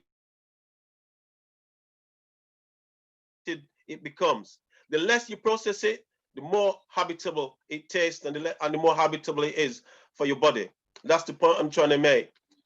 So if you live in London, when you drink water, I'm not saying it's unsafe. I'm not saying it's unsafe because it's been processed, but you're going to drink water that's gone around the system 40 times and come back through your body. If you live in Scotland, you're only drinking water that's gone around the system 3 times. Are you saying move to the countryside then? Sometimes we should move out from the cities. They say we should move to the countryside. That's what it is. That's why you get inner city water. It's far more processed than what you get when you live out in the sticks. Can you tell us a little bit more about Bradford? Well, Bradford, as you know, is situated on the Pennines. So most of our water comes off the Pennines. So you get a constant flow around and you don't get so many people drawing off it. So the chance that you're going to keep using recycled water is very, very little indeed. And if I don't know if you remember a few years ago when we had a water shortage, they were having to use tankers to bring water from Scotland and over from the Peak District and Manchester area to fill up the reservoirs around Bradford for the simple reason that we didn't have enough water stored in the reservoir. So the water that Bradford get is continually flowing through the system. We are not storing a lot of water. Therefore, we are not processing a lot of water. We're not using a lot of water treatment. It's more of a constant flow. It seems like it's Bradford it is then. Which is also better for your health, better for your system. And that's Bradford. And we get most of our water from the Pennines Hills and from the areas around. Can I just confirm what Edward is saying? I agree, because I've had water in London, and I've had water in Nottingham, and I've had water in Sheffield, which is close to Bradford, and you can taste the difference in water in all those places. And the water taste in London is poor compared to the water taste in Nottingham. And as you go further north, when I was in Sheffield, which is close to Bradford, the water quality was far better. Yes. Far better. Yeah. So I'm agreeing with you, Edward. Yes. It's all to do with the processing of the water. The less the water is processed, the better it tastes. It's as simple as that.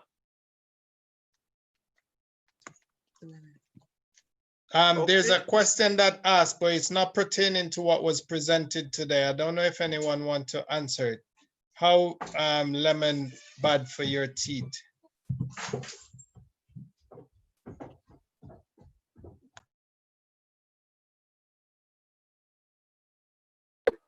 Was it the lemon water? I'm assuming, not lemon itself. Hi. Yep. Hi, sorry. It's Charlene here.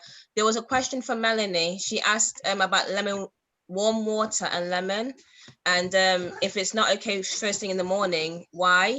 And then I'm thinking the chat just continued from there. Having warm water and lemon is fine, but taking it through a straw because it's bad for your teeth. And then that person asked, Dominic, how is lemon bad for your teeth? I don't know if Right, can I just respond to that? Lemon is lemon inside the mouth is still acidic, once it gets inside the stomach, it's become 100% alkaline. And acid in general is very damaging to the enamel of the teeth. So that is where the problem is. So it's best, like the person make reference to, sip through a straw, and right after you finish, it's best to just brush your teeth.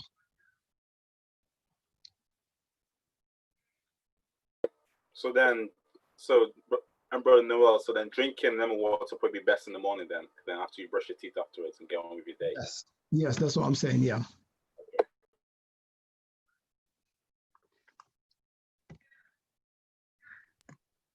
Thank you very much. If there's no other question, we will move on to the challenge with Chris.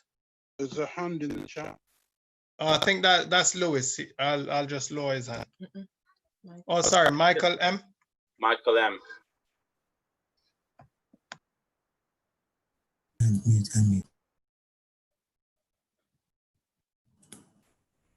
Yes. What's the benefit of distilled water? Can you hear me? Yes, we can. Yeah. What's the benefit of distilled water? Anybody? We'll just go to Noel. I am not too sure. I'm not so conversant. And Anybody's gonna take that up?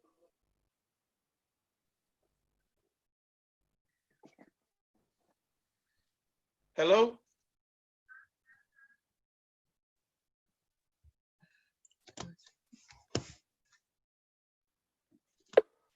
Can you hear me?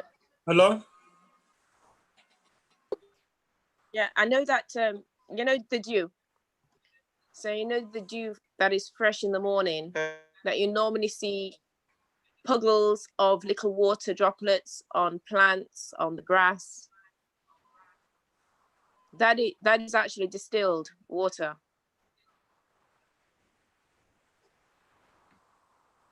So distilled water is known to be medicinal, but too much distilled water is not good. So you'll find that they'll use distilled water in, you know, the saline solution, that is salt and water in the hospitals. Then that is distilled water that they use. But I have to confess, I don't use a lot of distilled water. So I don't know if anyone else has anything to add to that. Yes, Sister Joan. Can you hear me? Yes, I will add to it. Can you hear me? Yeah. Yes. Well, basically, with distilled water, we're removing the chlorine and the impurities from the water. And so it's got less contaminants, if any at all. You know, if you do it properly, you can remove all the contamination that is found in tap water. So it's just a purer form of water which the body can utilize better, and it can ward off infections and disease as it flows through the bloodstream and so on and so forth. So, you know, essentially distilled water is better than tap water or impure water. And we make it just by boiling the water, preferably in stainless steel, and then just letting it cool and drink. Very good. Excellent. That's quite right, Brother Chris. Can we move on to the challenge, please, with Chris?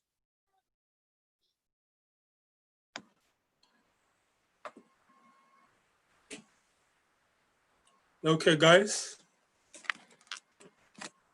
Can you see me? Can you hear me? Yes, we can. Just get a light. Greetings, everyone, and thank you for coming to the program. I hope you've enjoyed it. Let me just get my screen up. Let's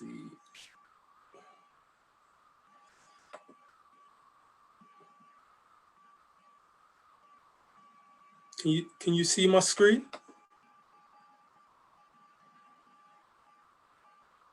Just Yeah, that's fine, Chris. Yeah, you can see. Right, I started from the beginning. Right, do you see that first slide to the importance of drinking water? Yeah. Yes? Okay, so this is just to add to what Brother Lewis went through in his presentation. And so I'll take you through a few benefits and then I'll give you the challenge, which is a water challenge for the day. So the origin of water, let's look at the origin of water real quick. So water comes from our loving creator, yeah? And this is found in Genesis chapter 1 and 2, and also the last book of the Holy Scriptures, which is Revelation 14, 6 and 7, which states, "And I saw another angel fly in the midst of heaven, having the everlasting gospel to preach unto them that dwell on the earth, and to every nation and kindred and tongue and people, saying with a loud voice, fear God and give glory to him, for the hour of his judgment is come, and worship him," notice the words in red, "that made heaven and earth and the sea and the fountains of water." So this is what we're saying. Water originates from God, yeah? He gives us the water, so it's a blessing to mankind. And so we have to be thankful for water. So the benefits of drinking water, just let me know if you don't see my slides moving, because sometimes we've got technical issues. So the benefits of drinking water: feed your cells. You are made up of trillions of cells. You know, the scientists say around 30 trillion cells make up the human body, right? So the body is made up of cells, and cells need water in order to survive, in order to be healthy, and in order to function correctly. So it says your body uses water in all its cells. Cells make up tissues, tissues make up organs, but organs and tissues to help regulate its temperature, as Brother Lewis has brought up, and maintain other bodily functions. Because your body loses water through breathing, sweating, and digestion, it's important to rehydrate by drinking fluids and eating foods that contain water. So we have to understand that some of the water intake is not just from what you drink, it's from what you eat as well. You know, because plant life, as has been mentioned, has water in it. So some of your food has water in it. So just a few benefits. It lubricates the joints. So we've got cartilages, you know, and cartilage found in joints and the disc of the spine contains about around 80% water. Long-term dehydration can reduce the joints' shock absorbing ability, leading to joint pain. And I believe Brother Lewis mentioned this earlier about even when you're exercising, you know, if you don't have enough water in the system, you're gonna find problems will start occurring. So it's always good to rehydrate and not to be dehydrated. So we need the right amount of water in the system, and we'll touch on that in a minute. It forms saliva and mucus in the mouth, and this got touched on as well. You know, that digestion starts in the mouth. It don't start when you eat your food and it goes down into the stomach. It starts in the mouth. So saliva helps us digest our food and keeps the mouth, nose, and eyes moist. This prevents friction and damage. Drinking water also keeps the mouth clean, as has been mentioned as well. Consumed instead of sweetened beverages, it can also reduce tooth decay. It delivers oxygen throughout the body. So the blood carries oxygen, about 90% of the blood is water, and blood carries oxygen to different parts of the body. It boosts skin health and beauty. With dehydration, the skin can become more vulnerable to skin disorders and premature wrinkling. So we know that not having enough water can lead to various ailments within the body. It cushions the brain, spinal cord, and other sensitive tissues. Now remember, if you're made up of trillions of cells and these cells need water, of course this would be the case because all these various organs and the body structure is made up of cells. So dehydration can affect brain structure and function. It is also involved in production of hormones and neurotransmitters, which is key for proper mental and cognitive functioning. Prolonged dehydration can lead to problems with thinking and reasoning. Sometimes you've got brain fog and you can't remember things. This is probably because you're dehydrated. It regulates body temperature. What that is what that is stored in the middle layers of the skin comes to the skin's surface as sweat. When the body heats up, as it evaporates, it cools the body in sport. Some scientists have suggested that when there is too little water in the body, heat storage increases and the individual is less able to tolerate heat strain. So if it's too hot, people are ready to collapse, can't think straight, and just they don't function properly because they often dehydrated. The digestive system depends on it. So, you know, we need to drink water for proper digestion. So it says the bowel needs water to work properly. And it's been touched on already, you know, in these programs about the mother of all diseases starts in the colon. And so dehydration can lead to digestive problems, constipation, and any overly acidic stomach. This increases the risk of heartburn and stomach ulcers. It flushes body waste. Water is needed in the process of sweating and removal of urine and feces. It helps maintain blood pressure. A lack of water can cause blood to become thicker, increasing blood pressure, right? So sometimes, you know, we're suffering with high blood pressure because of a lack of water in the system. Believe it or not, water can correct a lot of diseases and ailments in the system, the living machinery, as it were, the human body. The airwaves need it. When dehydrated, airwaves are restricted by the body in an effort to minimize water loss. This can make asthma and allergies worse. So you can actually aid in the recovery and the treatment of asthma by drinking the right amount of water and other respiratory issues. So especially with COVID-19, you know, that's a respiratory issue. We need to be drinking our fluids and our water, our pure water. It makes minerals and nutrients accessible. The dissolving water, which makes it possible for them to reach different parts of the body. It prevents kidney damage. So the kidneys regulate fluid in the body. Inefficient water can lead to kidney stones and other problems. And also weight loss. Water may also help with weight loss if it is consumed instead of sweetened juices and sodas. Preloading with water before meals can help prevent overeating by creating a sense of fullness. So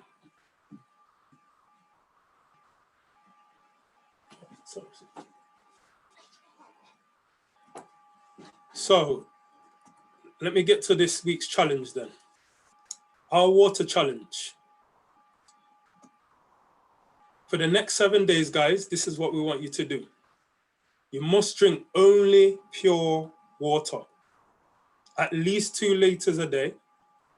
Additionally, and this got mentioned earlier, you know, when it comes to hydrotherapy, using water externally.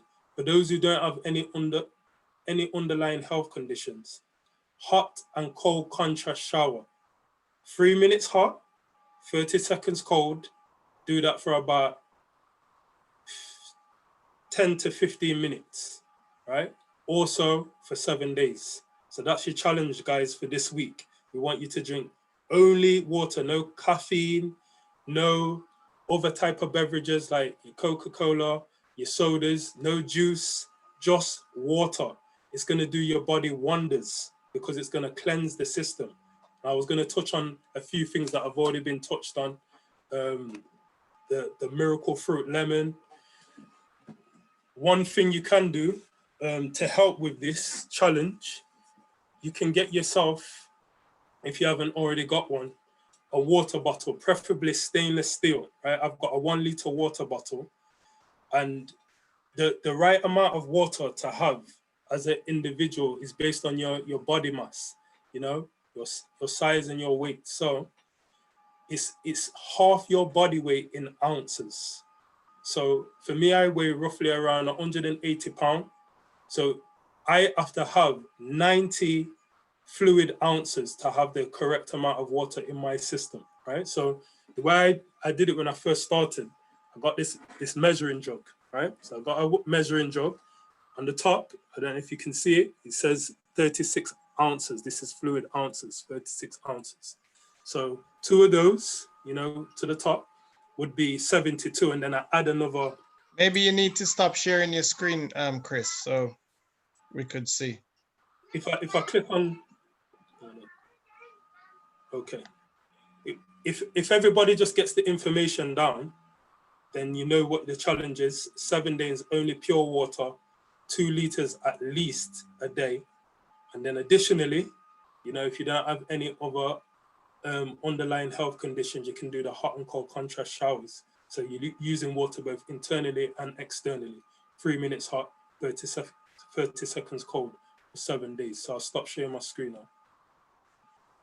And again, you know, this water jug, you know, fill that up twice, and that would be my 72 ounces. And then I would add another 16 to 18 ounces. Just lift it a little higher. Can you see it? Little higher. Yes. Yeah. Okay. Yes. Yeah. So just do that. Use a water jug to measure it out. You know, if you want to do it where you get the right amount of water for your system, yeah, you can use a water jug. However, the challenge is at least 2 liters a day. And so I've got a liter bottle, like I said. If I fill that up twice and get through that in a day, what you can do also is time your water intake. Yeah, so do it on the hour. So if you start at, let's say, 7 o'clock in the morning, yeah, you drink, let's say, 250 ml at first. You have your glass of water, drink that down, and start from there. And then from 8 o'clock, you do it again. If you have your breakfast, be careful though, because what you don't want to do is eat and drink. We don't promote eating and drinking because it's not good for digestion and the system as a whole. So you want to drink about 30 minutes before your meal, you want to drink, right? That way, when you do eat, you should not really be thirsty, right? You should be feeding the cells the amount of water that they need. And then when the digestion process starts, you won't be thirsty. Then you wait after you've finished your meal, 2 hours ideally, 2 hours. I know it's hard for some. 2 hours ideally you want to wait until after your meal before you start drinking water again. Yeah. If you can't wait 2 hours, try and do at least an hour, at least. Yeah.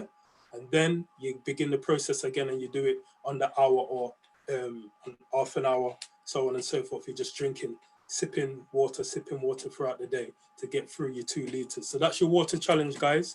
Hope it goes well. You know, let us know next week when we come back with the program, by God's grace, how it went. You know, give us a testimony, tell us the benefits if you received any, and hopefully we'll hear some good reports. So as always, beloved, we wish above all things that you prosper and be in health, even as your soul prospers. God bless you all. I'm not sure if you mentioned that as part of the challenge, we'll be staying away from all juice, fizzy. Yeah, I did. I mentioned coffee. no other beverages, so only water. Yeah, only water. And that's 2 liters a day, at least. So only water and at least 2 liters a day. Also, Chris, for those people who drink the tea, just have hot water instead. Say that again. Drink tea, just drink warm hot water. instead. Warm water. Warm water. Okay, warm water. Yeah. They So cool a bit.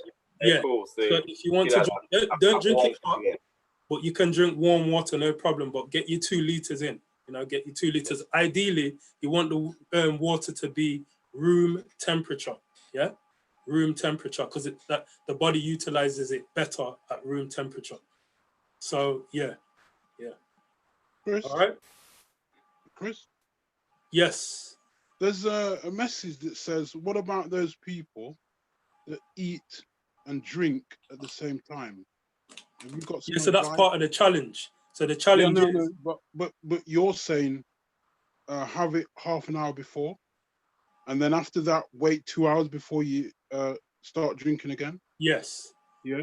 But I'm saying, what suggestion would you give for them for people who eat and drink at the same time? Because it's a bit of a struggle to go from. Well, of course, we're saying it's gonna be a struggle, but remember, the challenge really is get your 2 liters of water at least within 7 days. So every day you're drinking at least two liters of water. If you do eat and drink, this is just additional information. If you do eat and drink, right, because you're struggling, then that's not part of the challenge. You're not going to fail the challenge, but the challenge is you want to refrain from every other beverage apart from pure water, right, within 7 days. So that's all we're saying, because I know it's going to be a struggle for some people. However, if you're increasing your water intake, it should help drinking. And obviously it's important to have that water before you start eating to help you to not eat and drink at the same Absolutely, time. that's what we said. Yeah. Cool. Yeah. So in addition to that, for anyone that really might be struggling, I would suggest if you are eating and you feel desperate that you have to drink some water, I would suggest that you take a mouthful of warm water. Mm-hmm.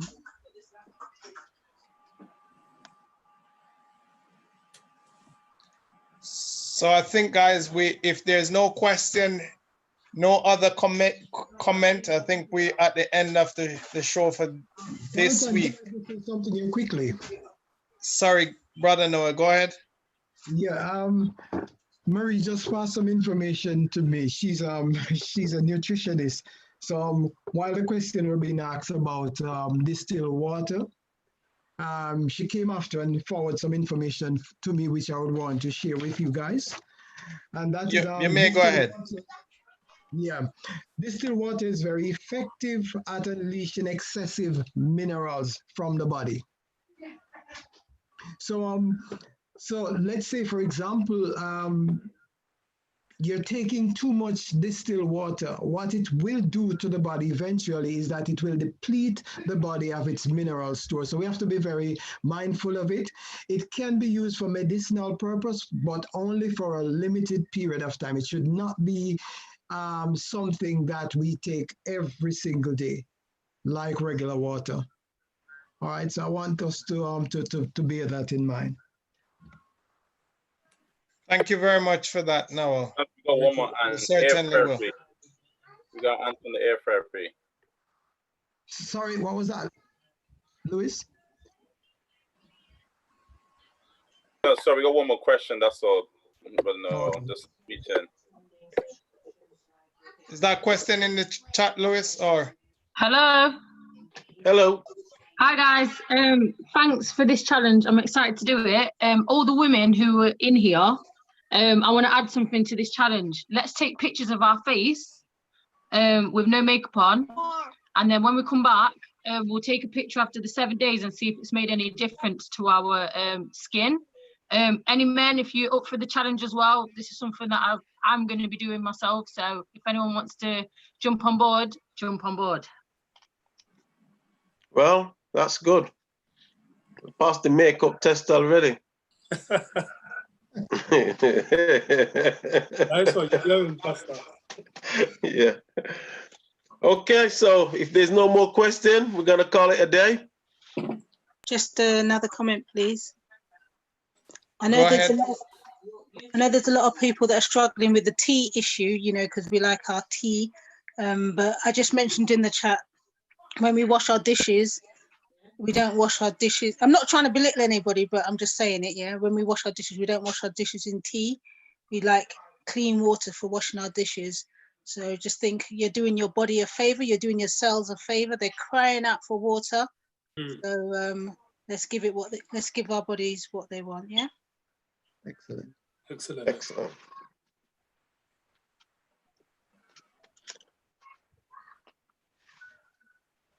And we can do all things through Christ. Thank you. Thanks very much. Thank you very much for everyone for attending. We're at the end of the show. Yeah. We hope to see you next week. Yeah. Okay. Would you like to close with prayer? Yeah. And so, Father, we thank you for today's show, Lord. We thank you for those of those who've joined us to share information, their Father, regarding our health. I pray that you'll continue to open our minds and our heart and help us to be receptive, dear Father, for the various presentation. We pray, dear Father, that you'll bless those who continually give their time to you at this time on a Saturday, Lord, to bring to the Father the knowledge of how important it is about our health. Amen. Amen. Thank you. Amen. Did you hear me? Amen. Yes. Amen. Amen. So thank you guys for coming. And we'll see you next Thanks week. all, yes. Hopefully the same time. Same place. Yes. All right. Thanks, Jonathan. All right, Edwards. Thank you. I'll communicate with you in the week. Yes. All right.